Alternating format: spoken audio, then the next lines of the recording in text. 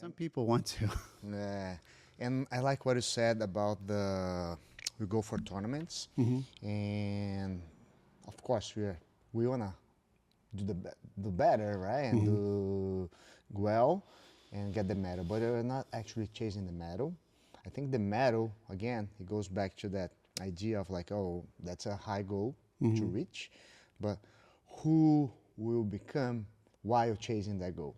Yeah, the journey. Yeah, the journey to chase that. And it's like a short shot, like a tournament, for instance. But now you're gonna have to train more. You're gonna have to commit to your goal, right? Yeah. And to do what you need to do in order to do well in the tournament and get the gold medal. Yeah. So then you're gonna learn about your emotions, Oh yeah. how to deal with those, a bunch of butterflies on your stomach on the days leading to the tournament, the night before, and then most of the times you're gonna have to cut weight, right? And Sorry. get I thought I turned these off. no problem. So, and then you need to cut weight, and then the day off, you have like hundreds of people there, and you think that like, you have the wrong impression that everybody's watching you. Nobody's watching you. Right. Yeah. Yeah. And then you need to filter like the voices there and just listen to your coach, like you said. And, oh, what they'll think about me. Oh, I'll look bad. So, and then you start to learn that you need to filter all those outside factors that you can't control. Yeah. And then you need to learn that the only thing that I can control, it's like how I breathe and what I can focus on. Yeah. I can even control what my opponent will be doing. Right. So now it's like, that's like a lot of lessons to learn besides of, the medal. So and then that's when the medal, like you said, it's like not as important anymore. Right. But like what you became while you're pursuing that medal. Yeah. Yeah. Yeah. I always look at like competitors and stuff. I spent so much time with competitors. It's the mental game. Yeah. And once you master the mental game, you can pretty much master anything. Yes. Because you have poise, you have resiliency, and then you already know, like, I prepared for this. And that's what I'm telling Talia. I'm like, hey, just train. You got it. You've done it before. I'll show up and I'll push you to the highest limit. But I also know how to guard the mind so it doesn't, how do you say, backfire. That's the other thing where a lot of people, sometimes the mind will backfire on you if you don't train it correctly. Because you have to give it things, you have to give it hope. So one of the things I did with her, I actually re-encouraged her because she brought up something that was so powerful. She goes, I want to look good on the beach. I'm like, I go, there you go. So she has a focal point and she wants to compete because she's a competitor, but she also has something else she wants. She wants to look good for the summer when she's on the beach. And I'm like, so we anchor those emotions for her. So now she knows why she's doing it. She wants to compete because she's a born competitor, but she also is going to have something else at the end line. Whether she wins the medal or not, she's still going to look great for the summer, which is a huge thing for girls. For and sure. I'm like, you're there. And now I get to guide her through that. That it even came when I was talking with you, like, hey, she's going to come down and train, and talking with Professor Leticia, like, hey, she's down. Like, I want to make sure she has good training partners so she can start going hard. Because there's not every person you can go hard with in training. And she wants to really push herself to that level. So I talked to Lexi and Professor Leticia, like, hey, you guys down for training with her? They're like, 100%. So that gives Talia the courage and the confidence to, hey, I can show up on that day ready. And she's going to be ready. Yeah. Like, I'm excited for her. Totally. I'm excited for her too. Yeah, like, yeah. yes. She'll be here soon, right? Next month? Well, yeah, she's probably going to come by tomorrow for like live training? For GB1. Okay. Because we're bringing Paulo because we want to Okay. spend time with Paulo because he's going to come Saturday. So we're going to do that. Then we're going to go hang out at the beach. Okay. No live training tomorrow. No, she doesn't want to do that. I just don't think it's too much I think it's too early for Paulo. Okay. Yeah. I just But maybe for her, if she wants to stay, maybe for 30 minutes. Yeah. Maybe. Yeah, I'll ask her, but Yeah. she just wants to go by the pool and just she just finished up some midterms and stuff. So, the girls in that's college. True, yeah. And that's another thing. Like she's away from home now, doing school there. Yeah. And she has like some. She's not aimed to become a professional jiu-jitsu fighter. she has like college. Well, no, her goal is that she's really like bridging on like whether she wants to really like go high level into Oh jujitsu. yeah, really? Huh? Like I didn't know that. she's at the mind where like I mean you know this after a while you see athletes and you see people like they can do it or not. One thing about her, once she gets locked in, she can go. I think she has the potential to win at a high level Okay. because she has the mind, she has the brilliancy, and not everyone has it. Some people are just great athletes, but she knows how to sync moves in together because she just understands the like how to go from point A to point B and then do a counter. I see. And so I always like the mind of a fighter. Like what can they do? Like we always call it fighter IQ. She has a really good IQ, and when she has the right information, and she can make good decisions. So I was telling her, I go, you have the ability to be a world champ. I've been around enough fighters. I know when someone has it or they don't. She has it if she wants it. Okay. But it's up to her if she wants to put the work in and the dedication, you know. And so right now she's training like 6-7 times a week up in Costa Mesa. Uh-huh. Yeah, and she's afraid she's going to hurt the moms there. That's why she wants to have like really good training partners. Uh-huh. I Yeah. see, I see. But she goes to school full time, right? Right, right. Yeah. Yeah, she's coming back in a couple of weeks. She'll be back for the summer. You know, like I think the end of April, first part of May. So she'll have a good 6-week, camp. And I was talking with Professor Letitia about that. Like I just want her to get in some really good rounds, and it's just focused on. And you know the deal when you're competing, you want to make sure if it's a 5-minute round, you're ready to go 7 minutes. Like you just want to make sure your cardio's Totally. up there, because that's the biggest killer to anyone in competition is cardio. And you see everyone. You know, I always say, did you ever hear? Do you ever know who Vince Lombardi was?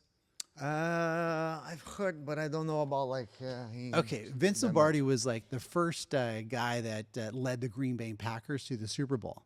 So he had this phrase. He goes, "Fatigue makes cowards of us all." So you know when you're completely gassed and someone's just trying to, you just don't have anything left. And so I'm always telling the kids like, make sure your cardio is ready. Yeah, for sure. Yeah, the cardio gonna be ready, but then that's the fascinating thing about jiu-jitsu too, that I like to say. It's like when you have no gas left on your gas tank, that's when the jiu-jitsu.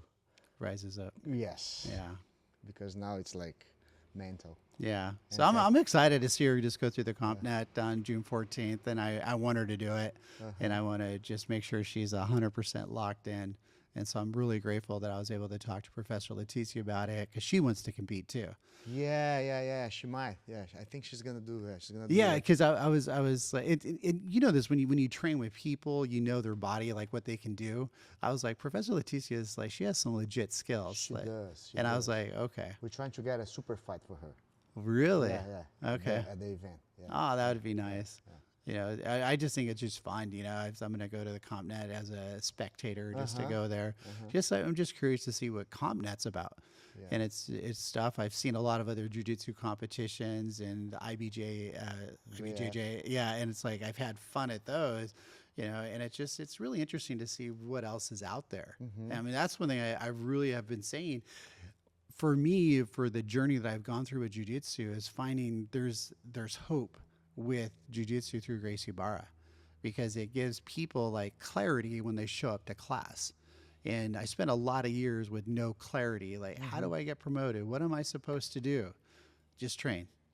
Okay, well, what am I training for? I thought that was so archaic. Can you give me like little goals to reach? Right. Yeah, And then you see someone else come in just because they know the professor really well, they start ranking up. Like, well, why did they get their black belt? I've beat them for the last 7 years and I'm still a purple belt.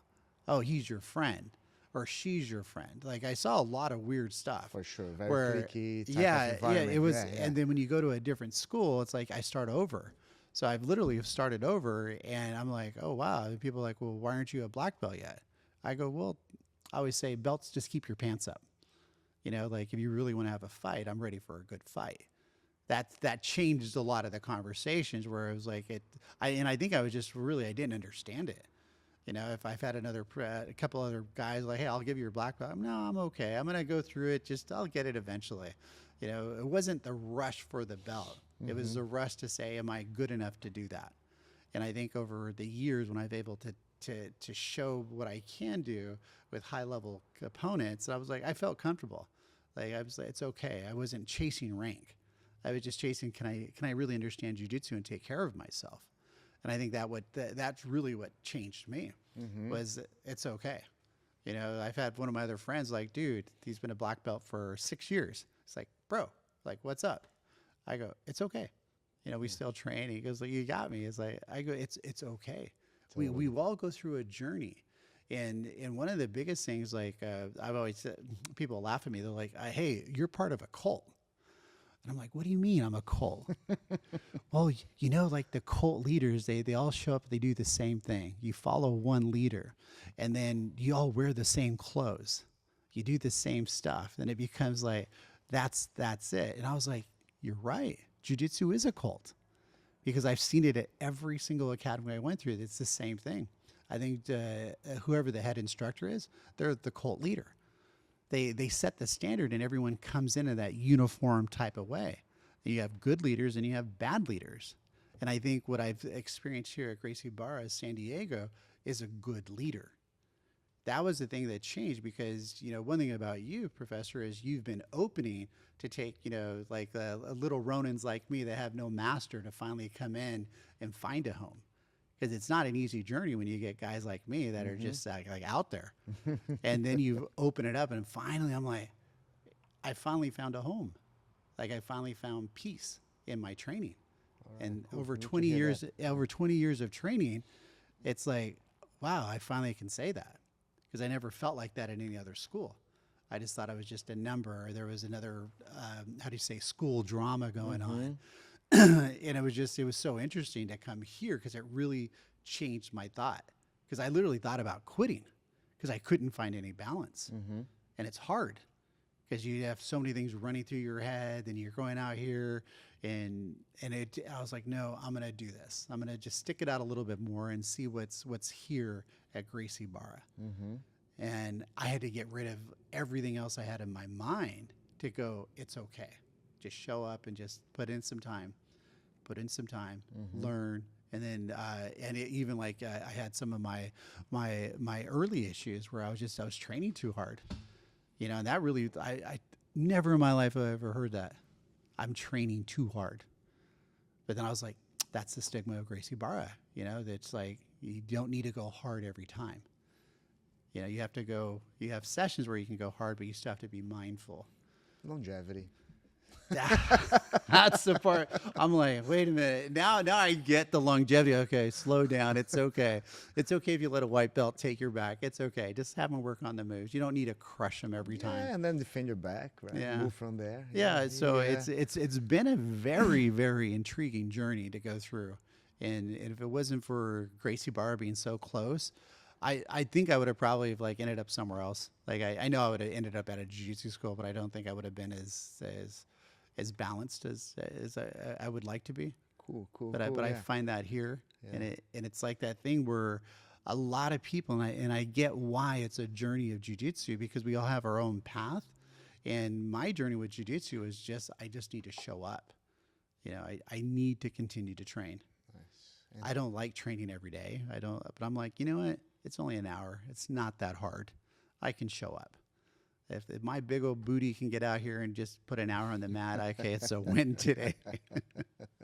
And thank you, Eric, because coming from you, that went through like so many different schools of jiu-jitsu, some of them like different styles. Yeah. And having you choosing and see the value of Gracie Barra, and now I can see that you understood like what our philosophy is. It's a big compliment for me.